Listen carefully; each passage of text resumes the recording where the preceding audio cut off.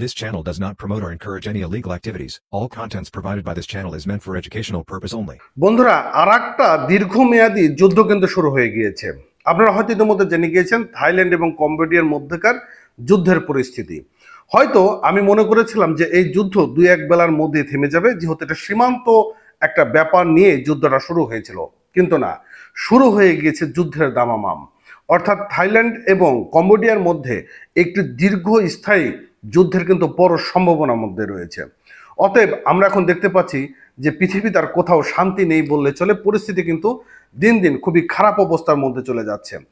একটি নিউজ আমি আপনাদের মাঝে শেয়ার করবো, সেটি ইত্তেফাক পত্রিকায় দিয়েছে। সেটা হচ্ছে কম্বোডিয়ার BM-21 যে রকেট হামলা, সেই রকেট হামলায় থাইল্যান্ডের 15 জন সামরিক এবং বেসামরিক নাগরিকের মৃত্যু হয়েছে, যেটা কিন্তু খুবই একটি খারাপ পরিস্থিতির দিকে কিন্তু অগ্রসর হচ্ছে।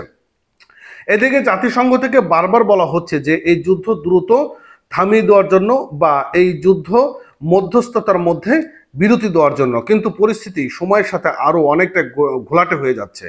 এবং সামরিক শক্তির দিক দিয়ে থাইল্যান্ড এবং কম্বোডিয়া কেউ কিন্তু কারো কাছে কম নয়। অর্থাৎ যুদ্ধ কিন্তু শুরু হয়ে গিয়েছে, ইতিমধ্যে খেলা শুরু হয়ে গিয়েছে। আস্তে আস্তে আমরা দেখতে পাচ্ছি যে রাশিয়া এবং ইউক্রেনের মধ্যকার যে যুদ্ধ, সেই যুদ্ধ এখন সারা বিশ্বেই পৌঁছিয়ে যাচ্ছে। অর্থাৎ আগামী দিনে যে কোনো মুহূর্তে যে কোনোর জন্য আমরা প্রস্তুত রচ্ছি। বন্ধুরা, যাই হোক, সেটি হচ্ছে যে ইত্তেফাক পত্রিকায় যে নিউজটি প্রকাশ করা হয়েছে, সেখানে বলেছে যে থাইল্যান্ড ও কম্বোডিয়ার চলমান সীমান্ত সংঘাতে নতুন মাত্রা যুক্ত হয়েছে।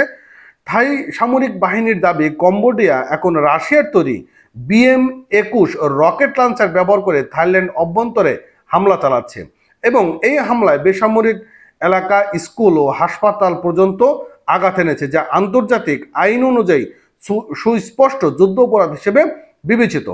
অর্থাৎ কম্বোডিয়া তারা কিন্তু থাইল্যান্ডকে আক্রমণ করছে, ব্যাপক আক্রমণ, এবং রাশিয়ার তৈরি যে সরঞ্জামগুলো রয়েছে সেই সকল সরঞ্জামগুলো দিয়েই তারা সেখানে আক্রমণ করছে এবং সেই সকল আক্রমণ হচ্ছে স্কুল, হাসপাতাল বা স্থানীয় বাসিন্দাদের যে এলাকা রয়েছে সে সকল এলাকাগুলোতে মূলত হামলা করা হচ্ছে।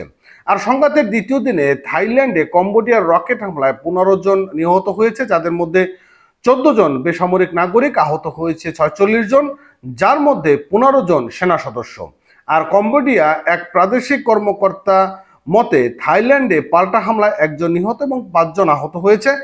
আর থাইল্যান্ড সীমান্তে প্রায় 1,30,000 মানুষের নিরাপত্তায় সরিয়ে নেওয়া হয়েছে।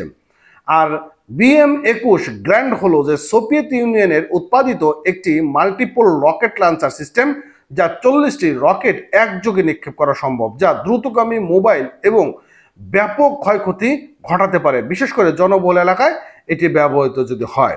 অর্থাৎ আমরা তো সারা জীবন দেখেছি Russia, Ukraine, Israel, Iran, America এবং ভারত, পাকিস্তান, আমরা তো দেখলাম অনেকগুলো যুদ্ধ দেখলাম, কিন্তু আসলে কম্বোডিয়াও যে এত শক্তিশালী তাদের সামরিক শক্তির দিক দিয়ে, থাইল্যান্ডও যে তারা সামরিক শক্তির দিক দিয়ে এতটা শক্তিশালী, সেটা কিন্তু আমাদের জানা ছিল না। তো যাই হোক, বিষয়টা হচ্ছে যে যুদ্ধ দ্রুতই বন্ধ হওয়ার জন্য আহ্বান জানাচ্ছি।